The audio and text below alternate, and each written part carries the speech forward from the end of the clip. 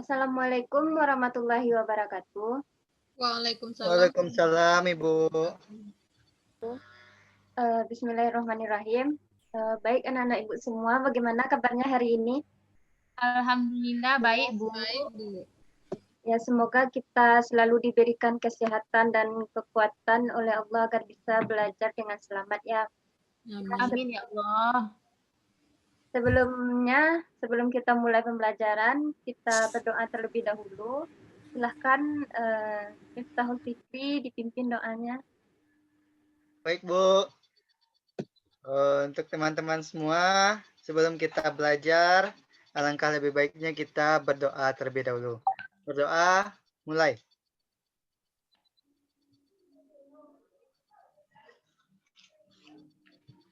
Berdoa, selesai. Baik, di sini terdapat 14 partisipan, berarti kita hadir semua ya pada hari ini. Ya, Bu. Ibu. Lanjut, pada minggu kemarin di pertemuan pertama kita sudah, Ibu sudah menjelaskan mengenai itu silabus tentang KD yang ingin kita pelajari pada hari ini, yaitu KD 1.1, yaitu menjelaskan berbagai macam perangkat keras dan fungsinya untuk keperluan akses internet.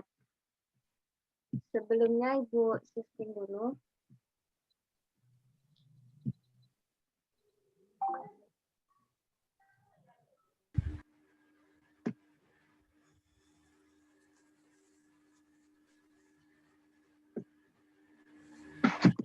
Nah, materi apakah sudah tampil di layar anak-anak Ibu semua? Sudah, Bu.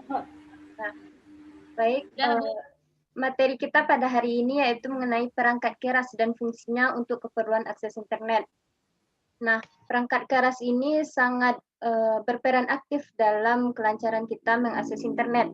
Dan tanpa kita sadari, ada banyak macam perangkat keras yang dapat kita gunakan, yang secara fisik dapat kita pegang dan dapat kita lihat secara nyata. Nah, mungkin anak-anak Ibu berpikir untuk bisa mengakses internet yang terpenting itu harus ada laptop, handphone, atau komputer. Nah, tetapi ternyata yang terpenting itu bukan hanya sebatas itu, karena ada banyak perangkat-perangkat keras yang kita gunakan untuk dapat disambungkan dalam mengakses internet. Nah, sebelumnya Ibu akan tanya, apakah ada dari anak-anak Ibu yang mengetahui apa-apa saja sih macam-macam perangkat keras untuk keperluan akses internet? Ada yang bisa jawab? Ya, Bu. Nah, baik. Macam-macam perangkat keras tersebut banyak sekali macamnya yang dapat kita gunakan untuk akses internet. Seperti itu komputer, modem, laptop, satelit, dan ada router, TV kabel, dan masih banyak macamnya lagi yang belum kita ketahui. Nah, pada pembelajaran sekarang ini kita akan membahas beberapa perangkat keras dan fungsinya untuk keperluan akses internet. Nah, yang pertama itu kita masuk ke komputer.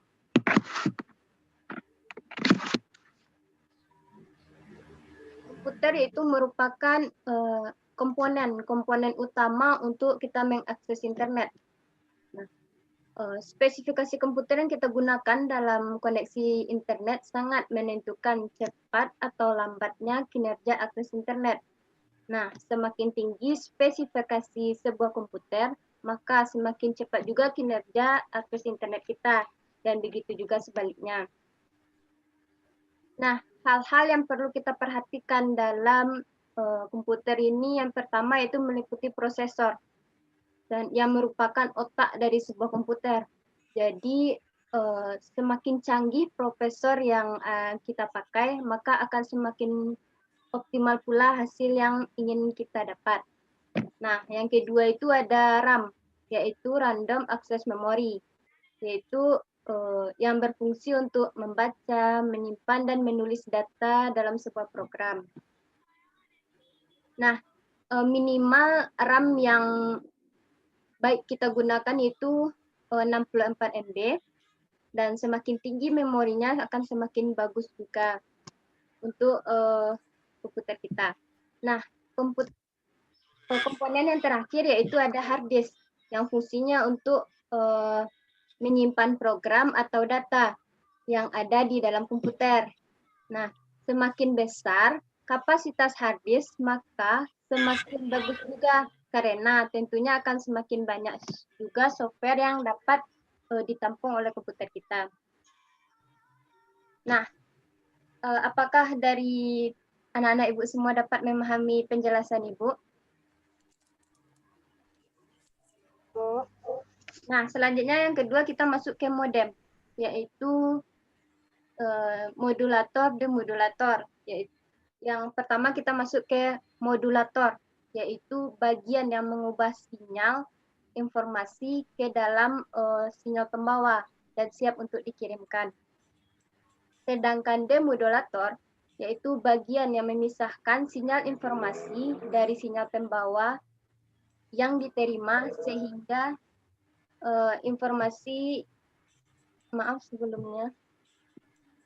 sehingga informasi yang diterima dengan baik. Selanjutnya yaitu modem. Kita simpulkan bahwa modem itu adalah komunikasi dua arah yang merupakan alat untuk mengubah sinyal digital komputer menjadi sinyal analog dan sebaliknya. Nah, komputer yang melakukan koneksi dengan internet dihubungkan dengan saluran telepon melalui modem.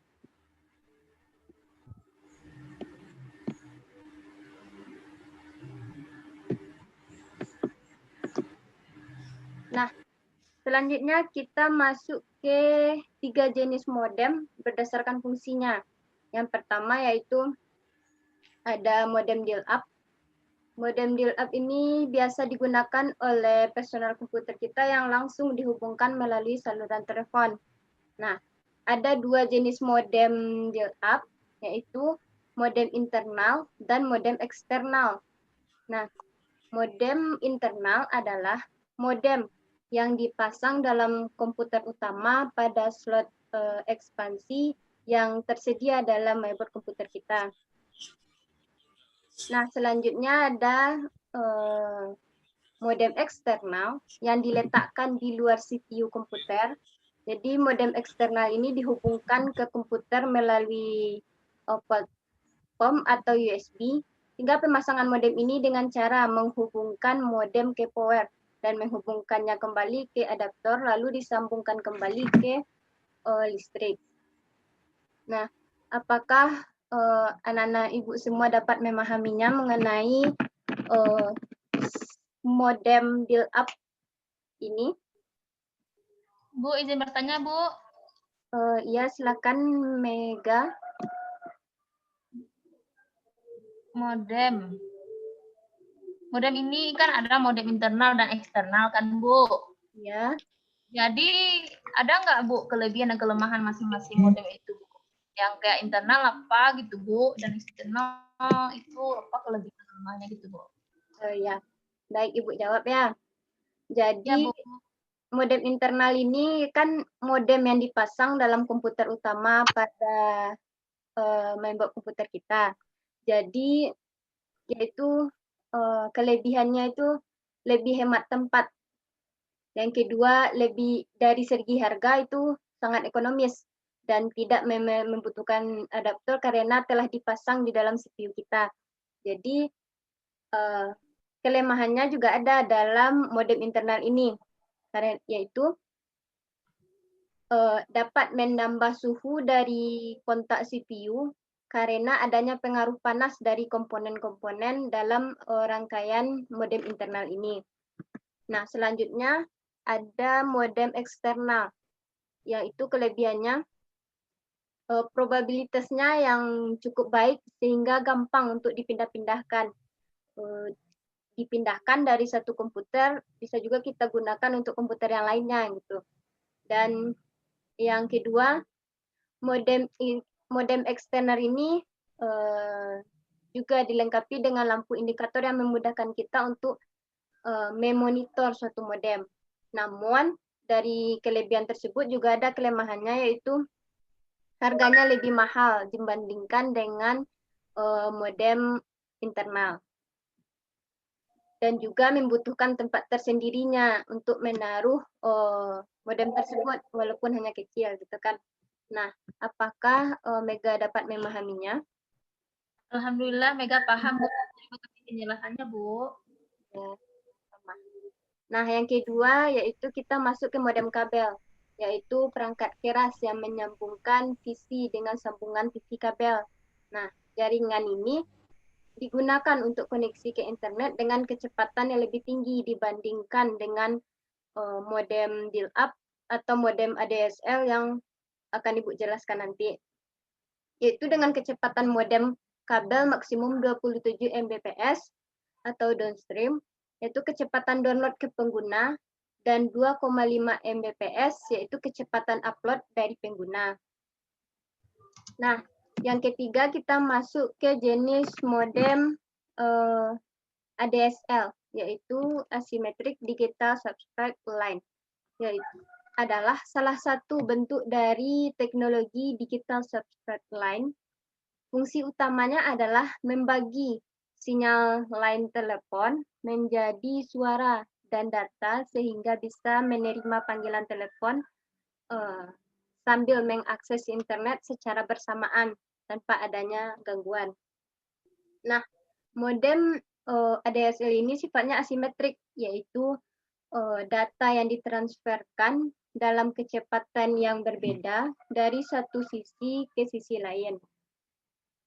Nah, modem ADSL ini juga memiliki kelebihan, yaitu frekuensinya itu dapat dibagi, yaitu ada frekuensi tinggi untuk menghantarkan data, ada frekuensi rendah untuk menghantarkan suara, seperti yang sudah Ibu jelaskan tadi. Nah, juga ada kekurangan dari modem ini, yaitu sangat berpengaruh jarak pada kecepatan pengiriman data. Misalnya, semakin jarak antara modem dengan komputer kita, maka akan semakin lambat juga dengan akses internetnya. Dan begitu juga sebaliknya, semakin dekat PC kita dengan modem, maka akan semakin maksimal juga kecepatan internet kita. Nah, selanjutnya kita masuk ke perangkat keras untuk akses internet yang lain, yaitu ada saluran telepon. Saluran telepon ini yaitu perangkat keras yang penting bagi keperluan kita untuk akses internet. Dan penggunaan saluran telepon ini diikuti dengan penggunaan modem dial-up yang telah Ibu jelaskan sebelumnya. Nah, perangkat ini berperan untuk melancarkan akses internet karena jaringan telepon ini dipakai untuk meneruskan sinyal ke modem. Nah, selanjutnya ada TV kabel. Dan untuk bisa mengakses internet menggunakan jaringan TV kabel ini, maka modem yang dipakai adalah modem kabel agar dapat menggunakannya dengan baik. Nah, komputer TV kabel ini harus dilengkapi dengan internet card. Nah, selanjutnya kita masuk ke ISDN, yaitu Integrated Service Digital Network, yaitu suatu sistem telekomunikasi di mana layanan antara data, suara, dan gambar diintegrasikan ke dalam suatu jaringan, serta merupakan transmisi sistem telepon analog ke sistem digital. Nah, berdasarkan penjelasan Ibu, apakah anak-anak Ibu semua dapat memahaminya dan dapat mendengarkannya dengan baik? Alhamdulillah paham Bu. Nah, baik.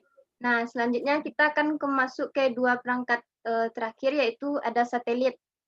Satelit itu adalah proses pengiriman informasi dari satu tempat ke tempat lain tanpa menggunakan konduktor elektronik atau kabel. Nah, hanya saja medium yang digunakan adalah satelit untuk mengorbitkan bumi. Nah, cara kerja dari satelit ini adalah mengubah data digital menjadi data elektronik, kemudian diterima oleh satelit dan dipancarkan kembali ke tempat tujuan. Selanjutnya, sinyal elektronik tersebut diubah kembali menjadi sinyal digital. Nah, untuk perangkat keras yang terakhir yaitu handphone. Nah, handphone dimanfaatkan pada perkembangan internet dengan aplikasi wireless dan menggunakan protokol WAP yaitu Wireless Application Protocol. Nah, WAP ini bekerja dengan modus TEC dengan misalnya dengan kecepatan 5,6 kbps.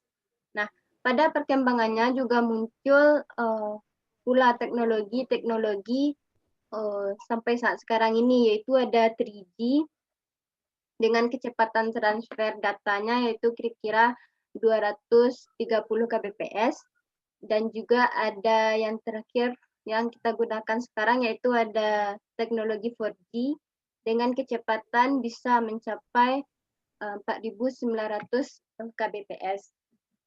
Nah, berdasarkan penjelasan Ibu tadi, apakah dari anak-anak semua dapat memahaminya, dan jika ada yang ingin bertanya, disilahkan.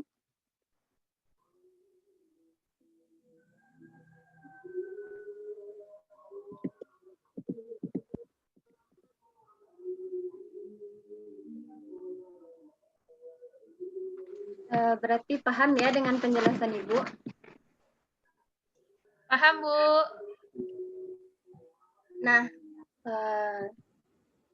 selanjutnya, apakah dari anak-anak Ibu ada yang dapat menyimpulkan semua materi yang Ibu jelaskan tadi?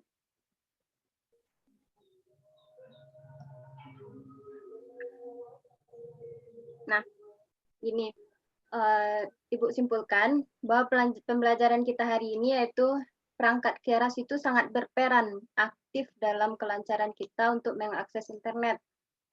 Nah, yang tanpa kita sadari tadi, anak-anak Ibu dapat melihat berbagai macam perangkat-perangkat keras yang dapat kita gunakan untuk akses internet. Nah, internet sangat berperan dalam kehidupan kita sehari-hari. Nah, dengan internet kita bisa mudah berkomunikasi dengan orang lain dan dengan mudah mendapatkan informasi. Dan di sini juga menuntut kebijakan anak-anak Ibu semua untuk menggunakan internet untuk hal-hal yang baik dan menjauhkan diri dari hal-hal negatif yang ada di internet. Nah, selanjutnya, apakah anak-anak Ibu dapat memahami? Paham, Bu. Nah, tugas untuk besok, silakan anak-anak Ibu catat mengenai perangkat-perangkat keras yang belum Ibu jelaskan sebelumnya, ditulis di double video, kemudian dikirim ke WA Ibu ya. Baik, Bu. Nah, jika tidak ada pertanyaan dan anak-anak Ibu semua dapat memahami pembelajaran hari ini dengan baik, kita tutup pembelajaran kita hari ini dengan membacakan Alhamdulillahirrabbilalamin. Alhamdulillahirrahmanirrahim. Dan Assalamualaikum warahmatullahi wabarakatuh. Waalaikumsalam warahmatullahi wabarakatuh, Bu. Sehat selalu, Bu. Ya, Bu.